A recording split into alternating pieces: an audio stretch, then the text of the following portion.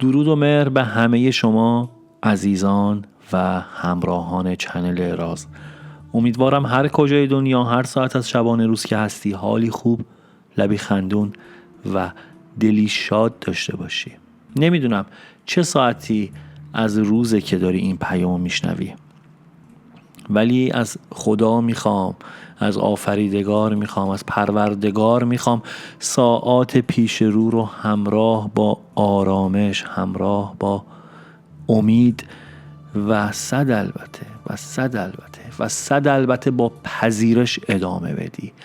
پذیرش که داشته باشیم من و تو، اون موقع تمام مشکلاتو تاب میاریم. پذیرش که داشته باشیم دیگه دنبال چرا و چه کنم نمیگردیم و میدونیم که باید بازی و به نفع خودمون ادامه بدیم. پس چند ثانیه سکوت میکنم که بتونی تصور کنی، تجسم کنی، تخیل کنی، دوری کنی از تمام افکار پس ذهنت، از تمام خواسته ها، از تمام نیازهایی که به خاطرش توی ذهنت قوقا بوده. تا به این لحظه ذهنو خالی میکنیم، آماده میشیم برای شنیدن کلام لسان و غیب حافظ شیرازی.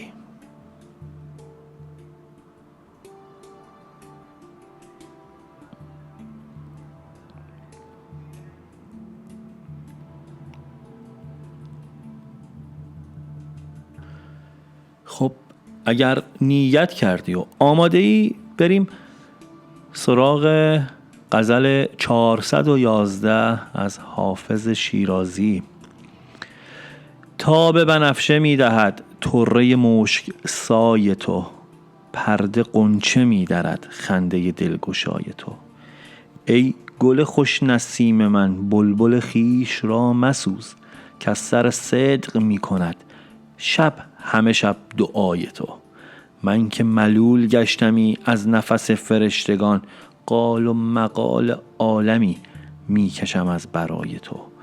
دولت عشق بین که چون از سر فقر و افتخار، گوشه تاج سلطنت می شکند گدای تو. خرقه زهد و جام می گرچه نه در خور همند، این همه نقش می زنم از جهت رضای تو. شور شراب عشق تو آن نفسم رود ز سر، کین سر پر هوس شود خاک در سرای تو. شاه نشین چشم من تکیه گه خیال توست، جای دعاست شاه من بی تو مباد جای تو. خوش چمنیست عارضت خاصه که در بهار حسن، حافظ خوش کلام شد مرغ سخن سرای تو.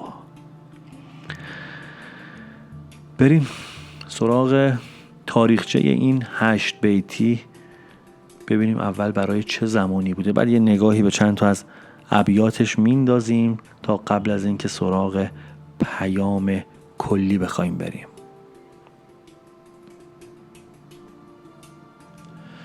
چیزی که مسلمه این غزل مال سالهای پایانی عمر حافظ، پختگی رو داری حس میکنی دیگه. این غزل، این 8 بیتی اصلا انگار به ناز تنازی و رقص میکنه زمانی که داری میخونیش. خیلی ها معتقدن که برای ستایش از شاه زین العابدین، اون پادشاه جوون آل مظفر سروده شده. خیلی هم نظرشون مخالف اینه و البته که حافظ با عشق و عرفان این غزل رو قاطی کرده و شعر رو از حالت صرفاً تعریف بیرون آورده. این غزل در سبک عراقی سروده شده، سبکی که پر از لطافت، عاشقانه های عارفانه، ایهام و تشبیه های زیباه. یه موسیقی درونی هم داره. از همون بیت اولش مشخصه، اگه با صدا بخونی میبینی چقدر خوش آهنگه و همونه که میگم به تنازی و ناز رقص میکنه این غزل. بیت اولو اینجوری آغاز میکنه که میگه تاب بنفشه میدهد طره مشک سای تو، پرده غنچه میدرد خنده دلگشای تو. میبینی چه آهنگی داره؟ حافظ میگه زیبایی تو اونقدر لطیف و دلنشینه که حتی بنفشه از دیدن پیچ و تاب گیسوت به وجد میاد. خندت اونقدر شیرینه که غنچه از حسرت شکوفه میزنه، یعنی هم لطافت، هم ناز، هم جذابیت، هم شادی، هرچه مثبت در تو هست. ای گل خوش نسیم من، بلبل خیش را مسوز که سر صدق می کند شب همه شب دعای تو. به معشوقش میگه عزیز من، دردانه من، این عاشق رو که مثل بلبل دور و بر توه نسوزونش. این عاشق از ته دل با صداقت شب تا صبح برات دعا میخونه و بیوفایی نکن در حقش. من که ملول گشتمی از نفس فرشتگان، قال و مقال عالمی میکشم از برای تو. میگه من اون آدمیم که حتی از همنشینی فرشته‌ام خستم، اما حالا به خاطر تو قرقر و حرف مردم رو دارم تحمل میکنم. یعنی عشق آدمو از خودش میگذرونه. آدم به خودش میاد، میبینه رو خودش خط کشیده. آدم خودش رو دیگه در نظر نمیگیره، دیگه شرایط خودش رو در نظر نمیگیره. و حافظ داره اینو اینجوری تعبیر میکنه، میگه من انقدر دلباخته تو هستم که دیگه این حرف مردم دیگه اصلا برام اهمیت نداره چی دارن میگن. این منم و این عشق تو. دولت عشق بین که چون از سر فقر و افتخار گوشه تاج سلطنت می شکند گدای تو. میگه عشق چقدر بزرگه. یه عاشق به ظاهر فقیر به خاطر عشق تو انقدر احساس غنی بودن میکنه که تاج پادشاهی در برابر اون ثروتی که احساس میکنه داره هیچه. عشق یه قدرتیه که از درون آدمو شاه میکنه. و ببین توی زندگی امروز من و تو، اون خواسته من و تو، اون عشق من و تو چیه؟ اون چیزی که، اون ارزش هایی که به خاطرش احساس زنده بودن میکنیم، احساس حال خوب داشتن میکنیم. شاید در آسایش کامل نباشیم به خاطر داشتن فلان فلان فلان فلان فلان چی، ولی یک موقعی میاد که به خودمون میبالیم به خاطر تصمیمات درستی که تو زندگی گرفتیم. و این عشق اون عشقیه که من و تو امروز شاید تو زندگیمون داریم. خرقه زهد و جام می گرچه نه در خوره همن، این همه نقش میزنم از جهت رضای تو. میدونم زهد و شراب با هم جور در نمیاد، اما برای اینکه تو راضی باشی هر نقشی لازم باشه میزنم. یعنی برای عشق همه جوره من انعطاف پذیرم. شور و شراب عشق تو آن نفسم رود ز سر، کین سر پر هوس شود خاک در سرای تو.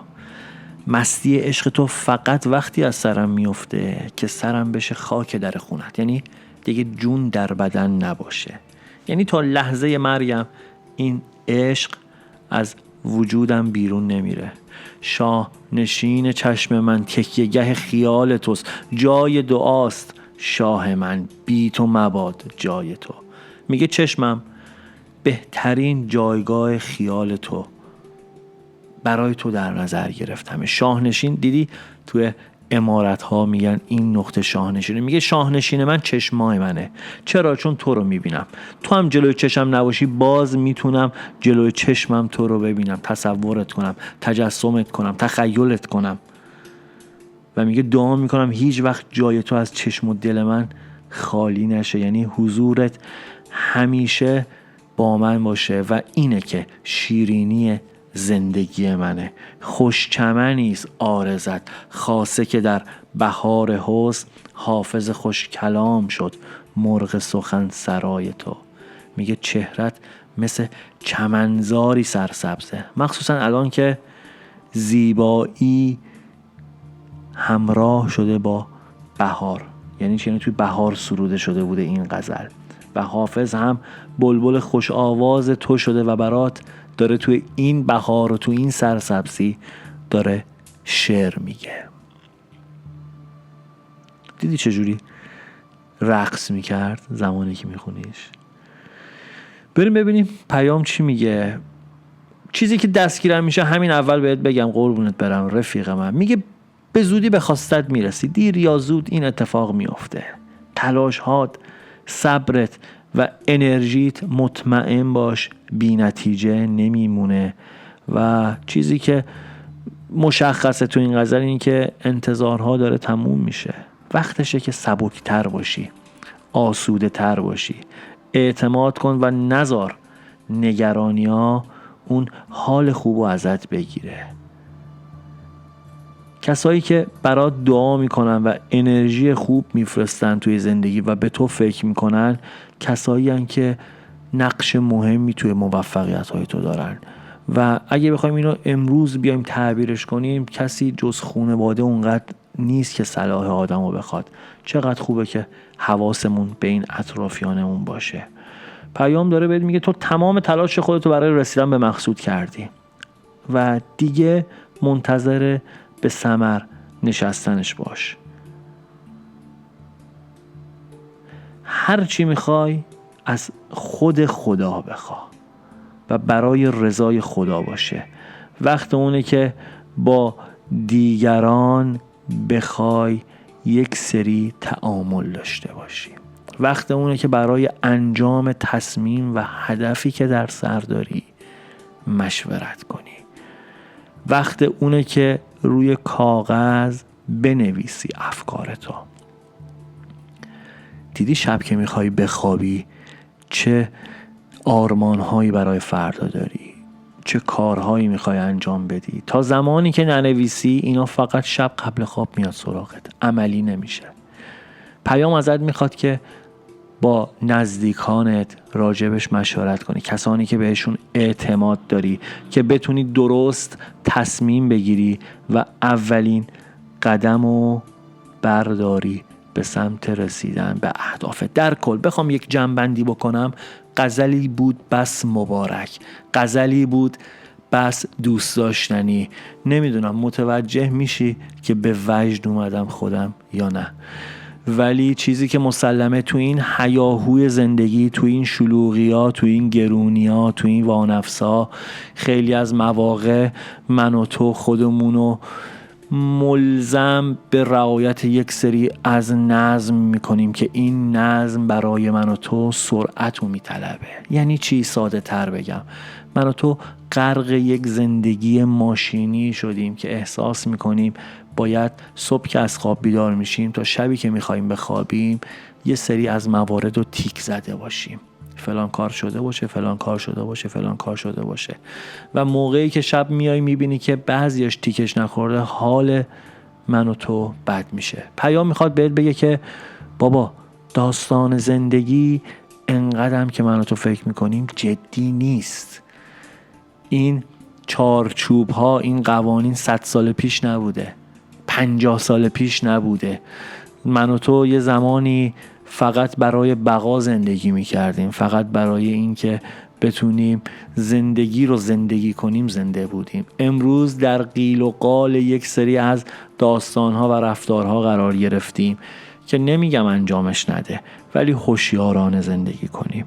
به خودم دارم میگم یاد بگیریم کجاها نیاز واقعی مونه که بخوایم در تلاش باشیم برای برطرف کردنش، کجا خواسته است، کجا میتونیم روی یک سری از خواسته هامون چشم پوشی کنیم، نه برای اینکه بخوایم قناعت کنیم، برای اینکه بخوایم آرومتر زندگی کنیم، آرامش بیشتری داشته باشیم، بلد باشیم با خودمون حال کنیم، بلد باشیم از یک فنجون چای و قهوه لذت ببریم، بلد باشیم موقعی که داریم قدم میزنیم فقط قدم بزنیم، موقعی که داری به برگ، طبیعت، درخت، گل نگاه میکنی بلد باشیم ازش لذت ببریم.